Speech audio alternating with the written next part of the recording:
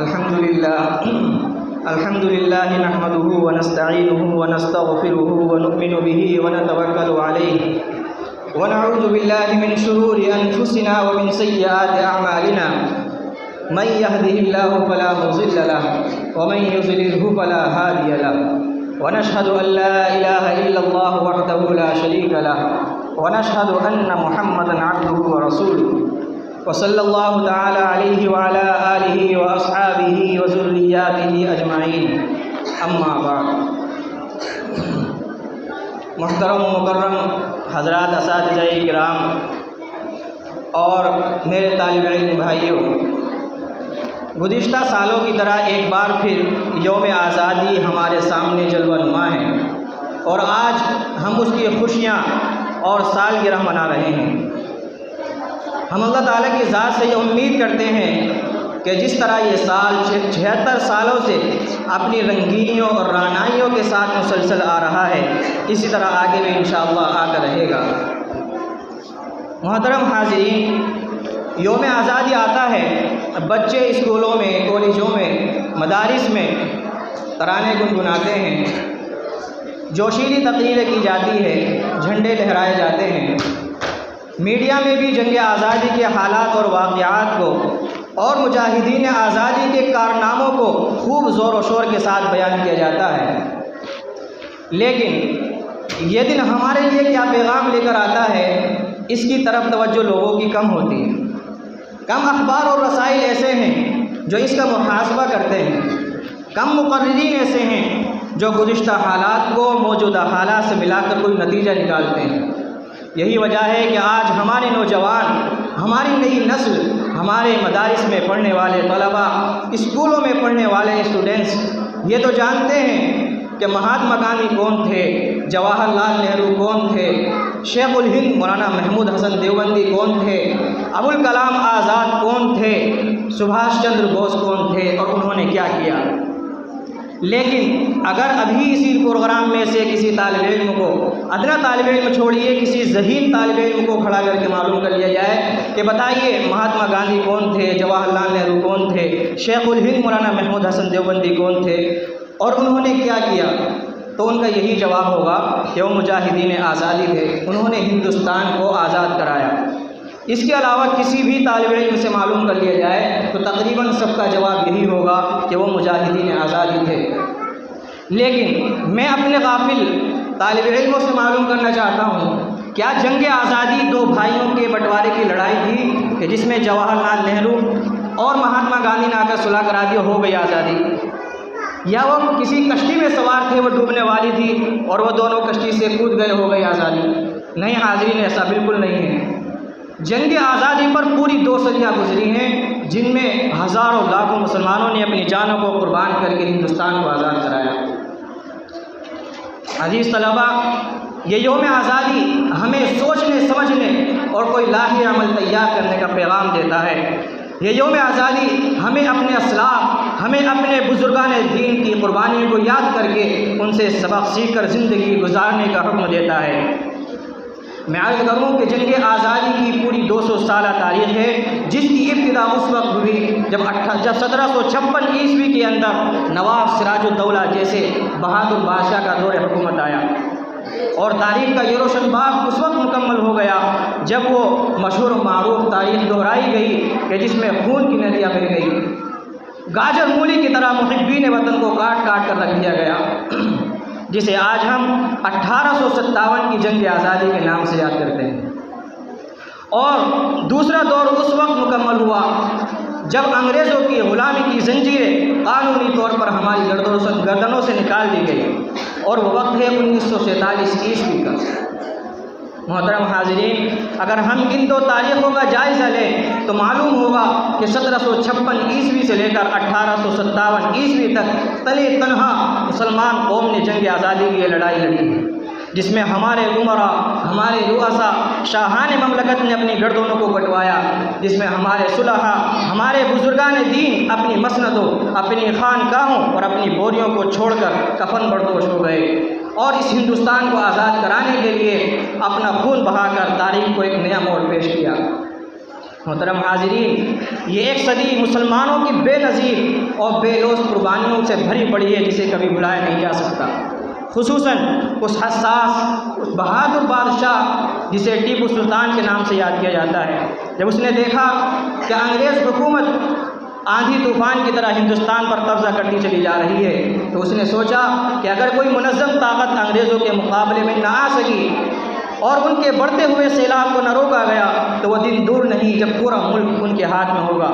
चुनांचे टीपू सुल्तान ने मुनज़्ज़म तरीक़े पर अंग्रेज़ के ख़िलाफ़ मारका आराई शुरू की और अंग्रेज़ों को भी एहसास हो चला था कि अगर टीपू सुल्तान ज़िंदा रहेगा तो हम अपने नापाक इरादों में कभी कामयाब नहीं हो सकते। यही एक ऐसी चट्टान है जिसे रास्ते से हटाया जाना ज़रूरी है। लेकिन टीपू सुल्तान ने किसी हाल में भी अंग्रेज़ के सामने घुटने नहीं टेके। वो अपनी शुजाअत व बहादुरी और अपनी बसालत की बुनियाद पर लड़ता रहा। उसका ये जुमला दुनिया के अंदर मशहूर हुआ कि गीदड़ की 100 साल ज़िंदगी से शेर की एक ज़िंदगी बेहतर है। यही टीपू सुल्तान है जिसका तक़वा तहारत बहुत मशहूर था। उसने एक मरतबा मैसूर की जामा मस्जिद बनवाई और उसने ये ऐलान कराया कि इस मस्जिद में इमामत वही शख्स कराएगा जो साहिब तरतीब हो। उलमा जानते हैं कि साहिब तरतीब वो शख्स कहलाता है जिसकी ज़िंदगी में कभी 5 नमाज़ें इकट्ठी क़ज़ा न हुई हो। जब उसने ये ऐलान कराया तो कोई भी आलिम उलमा में से कोई भी इमामत के लिए आगे नहीं बढ़ा। चुनांचे टीपू सुल्तान खुद आगे गया और उसने ये कहा कि जब से मैं बालिग़ हुआ हूँ उस वक्त से लेकर आज तक मेरी कभी भी 5 नमाज़ें इकट्ठी क़ज़ा नहीं हुई। ये उनके ज़ुहद व तक़वे का आलम था। लेकिन अपनों की गद्दारी की वजह से ये मुजाहिद बादशाह 1799 ईस्वी को एक जंग के अंदर शहीद कर दिया गया और जिसकी नाश पर खड़े होकर एक जनरल हारिस ने कहा था कि आज से हिंदुस्तान हमारा है, आज से हिंदुस्तान हमारा है। टीपू सुल्तान के जाने के बाद कोई ऐसी ताकत नहीं थी जो अंग्रेज़ का मुकाबला कर सकती थी। कोई क़ुव्वत ऐसी बाकी नहीं रह गई थी जो अंग्रेज़ के सामने खड़े होकर उसको चैलेंज कर सकती थी। लेकिन तारीख़ बदलती है, वक्त बदलता है। अल्लाह तबारक व तआला ने तारीख़ को दोबारा दोहराया और एक ऐसी जमात और एक ऐसे तबके को पैदा किया जो शाह वलीउल्लाह के नाम का वारिस था, जो शाह अब्दुल अज़ीज़ के फतवे का आलमबरदार था, जिस फतवे की बुनियाद पर उन्होंने अपनी बीवियों को बेवा कराया, अपने बच्चों को यतीम करा गया और हमेशा अंग्रेज़ों से लड़ता रहा, लेकिन कभी अंग्रेज़ के सामने गर्दन नहीं झुकाई। और वह तबका था उलमाए देवबंद का तबका। चुनांचे 1856 के अंदर दिल्ली के अंदर एक इजलास मुनाकिद हुआ और उस मीटिंग के अंदर मौलाना कासिम नानोतवी, हज़रत हाजी इमदादुल्लाह मुहाजिर मक्की, मौलाना विलायत अली, मौलाना ममलूक अली, इस तरह के बड़े अकाबिर शरीक थे और उनको ये फ़ैसला करना था कि आया हम अंग्रेज़ों की ग़ुलामी इख्तियार कर लें या अंग्रेज़ों का मुकाबला करके दुनिया से चले जाए। तो मजमे में मीटिंग में किसी आदमी ने कह दिया कि हमारी तादाद तो बहुत थोड़ी है, हम अंग्रेज़ का मुकाबला किस तरह करेंगे। तो मौलाना कासिम नानोतवी ने जवाब दिया कि हमारी तादाद गाज़ियान बदर से भी कम है। जब ये बात कही तो मजमे में आग सी लग गई। चुनांचे सब ने यह फ़ैसला किया कि हमें अंग्रेज़ से मुकाबला करना चाहिए और इस तारीख़ की सबसे बड़ी जंग जो अंग्रेज़ों के ख़िलाफ़ लड़ी गई, जिसको आज 1857 की जंग आज़ादी का नाम किया जाता है, जिसमें एक तरफ उलमा थे और दूसरी तरफ अंग्रेज़ था, लेकिन अपनों की गद्दारी की वजह से उलमा को फतह न हो सकी और अंग्रेज़ गालिब आ गया। चुनांचे बरतानिया ने एक वक्त हिंदुस्तान भेजा कि पता लगा कर आओ कि हिंदुस्तान में अंग्रेज़ की हुकूमत किस तरह कामयाब हो सकती है।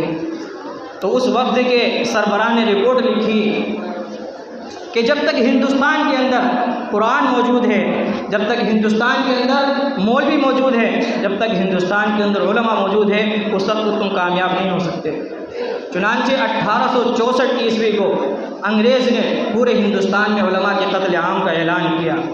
1864 ईस्वी में अंग्रेज़ ने उलमा के कत्ल आम का ऐलान किया। जिस वक्त 1601 ईस्वी के अंदर अंग्रेज़ हिंदुस्तान के अंदर आया था, उस वक्त दिल्ली में 1000 दीनी मदरसे थे, 1000 दीनी मदरसे थे। लेकिन 1864 में एक भी दीनी मदरसा दिल्ली के अंदर मौजूद नहीं था। चुनांचे मदरसा रहीमिया जो उस वक्त जो दिल्ली का मरकज़ समझा जाता था, उसके ऊपर भी अंग्रेज़ ने बिल्डोज़र फिरवा दी। जैसे कि तालिब इल्म ने बताया कि एक अंग्रेज़ी मुअर्रिख़ ने लिखा कि 1857 से लेकर 1864 तक ये हिंदुस्तान की तारीख़ के बड़े दर्दनाक साल गुजरे हैं। इन सालों के अंदर 14,000 उलमा को दिल्ली की चांदनी चौक से लेकर खैबर तक उनकी गर्दनों को दरख्तों से लटका दिया गया। वो कहता है कि अंग्रेज़ ने शाही मस्जिद के सहन में फांसी का फंदा लटकाकर 100 उलमा को एक एक दिन में फांसी दी। 80 उलमा को बोरियों में बंद करके दरियाओं में डाल दिया जाता और ऊपर से उनको गोलियों का निशाना बना दिया जाता। वो लिखता है कि अजीब मौका था कि उलमा को हाथियों के ऊपर खड़ा करके उनको दरख्तों से लटका दिया गया और उनको गोलियों का निशाना बनाया गया। उलमा को सूअरों की खाल में बंद करके उनको जलते हुए अंगारों पर डाल दिया गया। ये हमारे उलमा की ख़ास तौर पर उलमाए देवबंद की कुर्बानी का नतीजा है। इसलिए हज़रत मौलाना रियासत अली बिजनौरी रहमतुल्लाह ने अशार कहें कि इस बज़्म जुनू के दीवाने हर राह से पहुँचे यज़दा तक, इस बज़्म जुनू के दीवाने हर राह से पहुँचे यज़दा तक, है आम हमारे अफसाने दीवार चमन से ज़िंदा तक। 100 बार सवारा है हमने इस मुल्क के गेसुए बरहम को, 100 बार सवारा है हमने इस मुल्क के गेसुए बरहम को, ये अहले जुनू बतलाएंगे क्या हमने दिया है आलम, ये अहले जुनू बतलाएंगे क्या हमने दिया है आलम को। ये हमारी उलमा की कुर्बानियों का नतीजा है। चुनांचे एक बुज़ुर्ग हैं अहमदुल्लाह शाह मदरासी, उनको अंग्रेज़ ने अदालत के अंदर पेश किया। उनके हाथों में हथकड़ियाँ और पैरों में बेड़ियाँ डालकर उनको अदालत में लाया गया। अंग्रेज़ जब उनको देखकर खड़ा हो गया और रोने लगा, कहने लगा कि हज़रत आपने मुझे पहचाना? तो शाह साहब ने कहा कि मैंने तो नहीं पहचाना। कहने लगा मैं आपका शागिर्द हूँ, मद्रास के फुला इलाके में मैंने आपसे अरबी पढ़ी है। और फिर उसकी आंखों में आंसू आ गए। शाह साहब ने पूछा क्या माजरा है, तुम मुझसे क्या चाहते हो? तो उस जज ने कहा कि मेरे सामने जो कागजात रखे हुए हैं इसमें आपको गोली मारने का हुक्म है। अगर आप ये इकरार कर लेते हैं कि 1857 की जंग आज़ादी में मैं शरीक नहीं था तो मैं आपको छोड़ दूँगा। तारीख़ गवाह है कि अहमदुल्लाह शाह मदरासी ने जवाब दिया कि ओ अंग्रेज़, मैं बिलाल का वारिस हूँ, मेरी चमड़ी उधड़ सकती है लेकिन मैं रसूलुल्लाह के साथ गद्दारी नहीं कर सकता, मैं तुम्हारे सामने सर नहीं झुका सकता। चुनांचे तारीख़ में लिखा है कि उनको चौक पर खड़ा करके उनको गोलियों का निशाना बना दिया गया। ये हमारे उलमा की कुर्बानियों का नतीजा है जिसकी वजह से आज इस्लाम और मुसलमान महफूज हैं। चुनांचे उसी 1857 की नुकसान की तलाफ़ी के लिए हज़रत मौलाना कासिम नानोतवी रहमतुल्लाह को ख्वाब के अंदर रसूलुल्लाह सल्लल्लाहु अलैहि वसल्लम की ज़ियारत हुई, जिसमें आपको इशारा दिया गया कि देवबंद के फुला मकाम पर एक मदरसे की बुनियाद डालो। चुनांचे मौलाना कासिम नानोतवी रहमतुल्लाह अलैह ने उस मकाम को देखा तो वहाँ निशानात मिले और आपने उस जगह पर दारुल उलूम देवबंद की बुनियाद रखी, जिसका सबसे पहला तालिब इल्म शेखुल हिंद मौलाना महमूद हसन देवबंदी पैदा हुआ। ये वही शेखुल हिंद मौलाना महमूद हसन देवबंदी है कि जिसने सबसे बड़ी तहरीक आज़ादी तहरीक रेशमी रुमाल को जन्म दिया, जो 1911 से चली और 1920 के अंदर ख़त्म हो गई।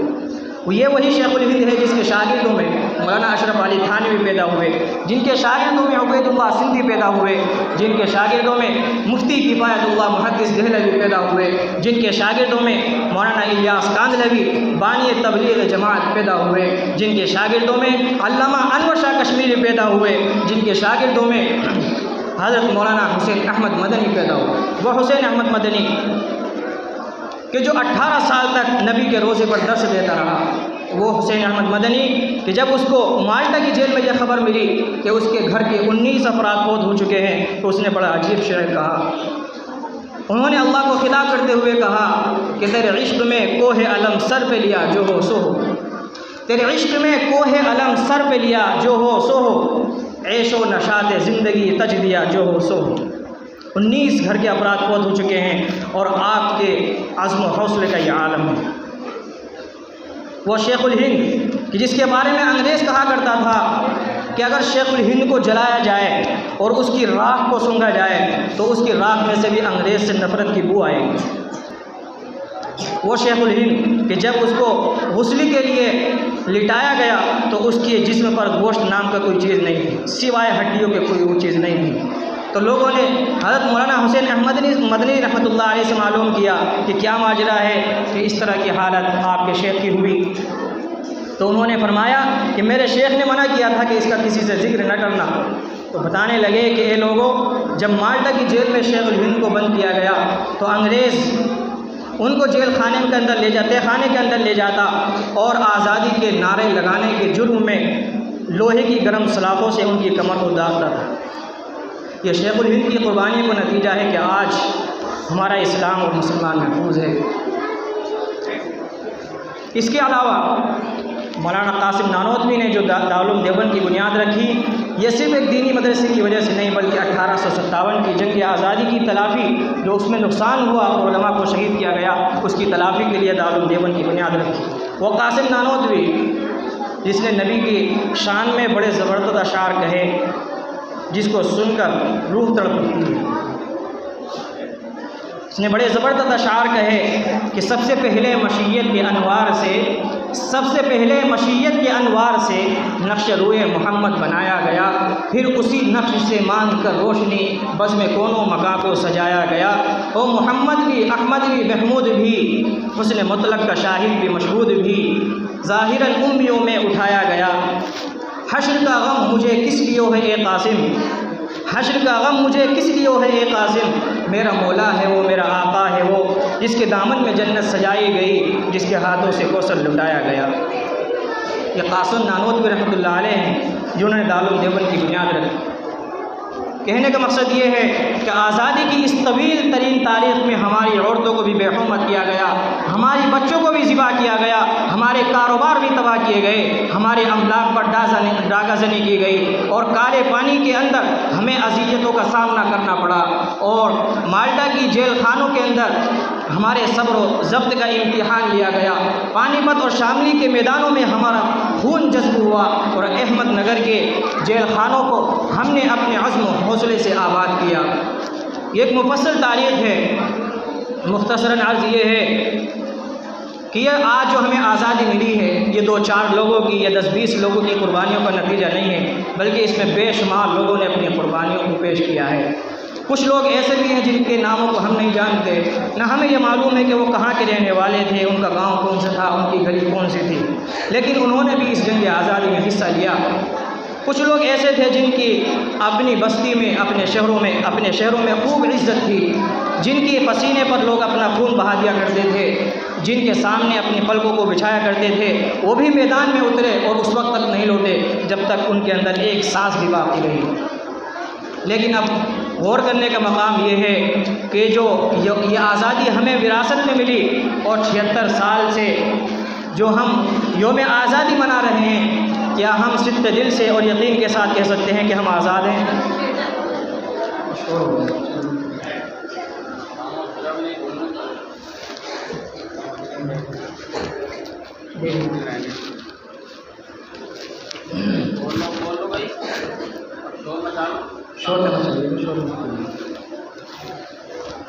क्या हम सिद्ध दिल से और यकीन के साथ कह सकते हैं कि हमारा मुल्क आज़ाद है? क्या वाकई ऐसा नहीं है कि 76 साल पहले जो मुसलमानों के साथ किया गया आज भी वही किया जा रहा है? मुझे लगता है कि शायद बिरादरान वतन ने आज़ादी का गलत मतलब समझ लिया। वो ये समझते हैं कि आज हमारा मुल्क आज़ाद है, चाहे जितनी नफ़रत फैला दी जाए, चाहे जितने फसाद कर दिए जाए, चाहे कितने ही जुल्म और सितम मुसलमानों पर किए जाए, ये मुल्क आज़ाद है। वो इसका मतलब ये समझते हैं कि अक्सरी तबका अक़लियती तबके पर कितना भी जुल्म और सितम करता रहे, ये मुल्क आज़ाद है। ऐसे मौके पर हमें सोचने की ज़रूरत है और कोई लाही अमल तैयार करने की ज़रूरत है इस बात की कि हम अपने कलम से, अपनी ज़ुबान से, अपनी शुजाअत और बहादुरी से, अपनी जान और माल से एक बार फिर इस मुल्क के लिए कुर्बानियों को पेश करें और हालात को देखते हुए उससे सबक सीख कर कोई लाही अमल तैयार करें।